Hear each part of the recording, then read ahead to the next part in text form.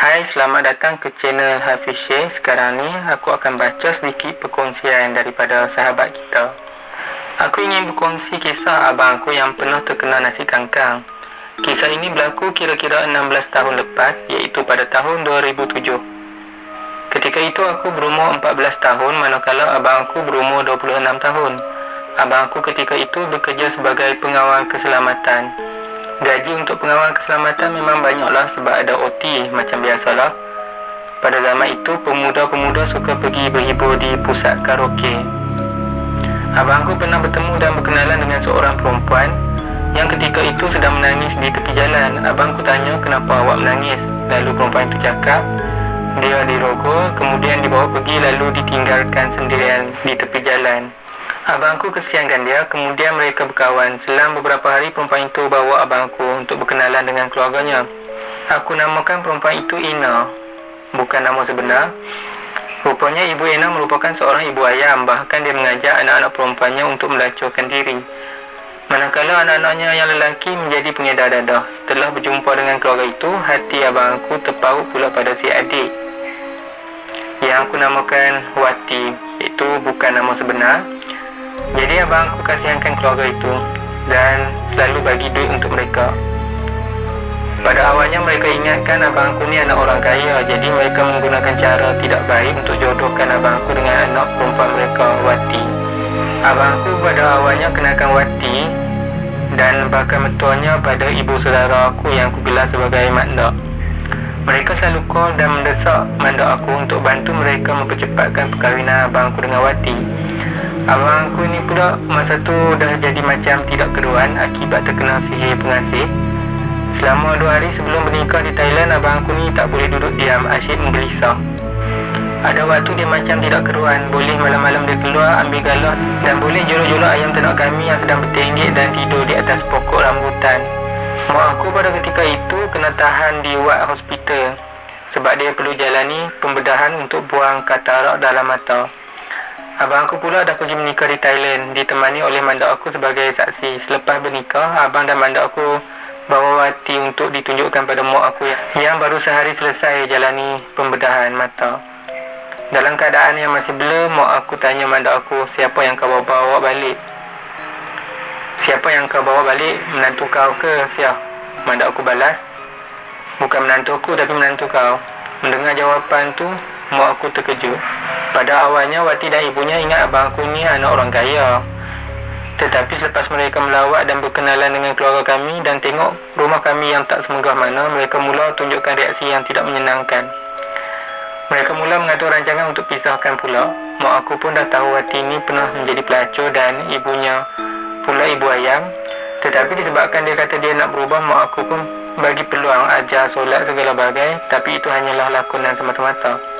Sepanjang Wati tinggal bersama di rumah kami perasan beberapa perkara pelik pada dirinya. Kami pernah terjumpa botol kecil berisi minyak hitam dan botol itu diikat dengan kain kuning. Dan dia pernah terkantor dengan kakak aku. Kakak aku perasan dia gunting sedikit seluar dalamnya sendiri. Kami pun tak tahu apa yang dia cuba dapatkan dari percakan kain yang diguntingnya itu. Kami juga perasan yang abang basuh semua kain baju Wati. By the way, rumah kami masa tu tiada mesin basuh, memang kena basuh pakai tangan. Setiap kali dia masak, kakak-kakak aku tak berani nak makan masakannya sebab mereka rasa macam ada yang tak kena. Menyedari perkara itu, ibu bapa aku pergi jumpa ustaz untuk menengok niat dan perangai si Wati. Jadi tahulah kami yang abang kami sudah terkena. Ustaz bagi air botol untuk dicampur dalam air mandian dan makanan abang. Itu pun abang aku suka lari dan tak percaya yang dia sudah terkena. Mak aku sampai kejar sambil simbah air padanya. Ayah aku pernah campurkan air rukiah dalam masakan Wati dan berlaku perkara aneh. Apabila makanan tersebut bereaksi, tiba-tiba dia menggelegak seolah-olah sedang berlawan dengan sihir yang bercampur dalam makanan tersebut. By the way, abang aku ni minat ilmu rukiah dan dia belajar juga sebab sedikit pasal rukiah ni. Disebabkan dia yakin yang dia takkan terkena benda-benda macam ni, kononnya dah kebal. Dia tak percaya yang dia dah diguna-guna. Tak lama selepas tu, pada waktu malam, abang aku perasan si Wati ni ketawa sendiri. Merasakan ada yang tidak kena, dia bacakan ayat kursi dan hembus pada belakang si Wati. Dan Wati terdiam seketika. Masa tu kami di rumah arwah nenek, kemudian dia ketawa lagi sekali. Mujur juga masa tu ramai adik-beradik ada di rumah. Matanya dah nampak macam kemerah-merahan, macam biji saga. Masa tu apa lagi, abang aku dan abang ipar aku terus telapak dan tangkap si Wati. Sementara menunggu ustaz datang, abang dan abang ipar aku cuba meruqyah Wati sekadar yang mereka tahu. Doa-doa asas seperti ayatul kursi dibaca. Abang aku jaga di bahagian kepala, abang ipar aku jaga di bahagian kaki sambil menekan biji lada di celah-celah jarinya. Menjerit terlolong si Wati dengan suara yang berubah menjadi garau. Dia menjerit dan berkata, "Aku hangat, aku sakit." Ayat tersebut diungkap secara berulang kali. Adik dan sepupu aku juga turut membantu pegang kakinya. Si Wati masih terpekik terlolong. "Korang semua keluar dari sini dan lepaskan aku." Masa tu adik aku membalas, "Kau yang patut keluar, ini rumah kami, bukan rumah kau." Sekali dia dengar apa yang diucapkan adik aku dalam keadaan terbaring, dipegang abang aku, dia bangunkan sedikit kepalanya dan pandang tepat ke mata adik aku. Melihat matanya yang terjegil dan merah, adik aku toleh wajahnya ke arah lain bagi mengelakkan dari bertentangan mata.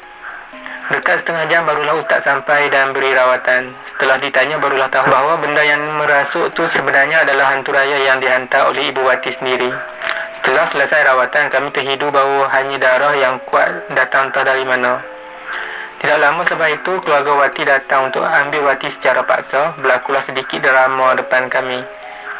Mereka cuma berlakon saja. Konon-kononnya si Wati ni tak nak ikut maknya balik. Yang si mak pun marahlah anak tu. Selepas Wati berjaya dibawa pulang oleh keluarganya, ibu bapa aku bawa abang aku untuk diruqyah. Ustaz itu minta sediakan kelapa untuk dibacakan doa dan diminta bapa aku tanam buah kelapa itu sambil berselawat dan dibiarkan dalam semalam. Kemudian kelapa itu dikeluarkan semula, dibelah dan diambil airnya untuk diminum abangku. Selepas dia minum, akhirnya dia muntah semua segala makanan kotor yang pernah dia makan.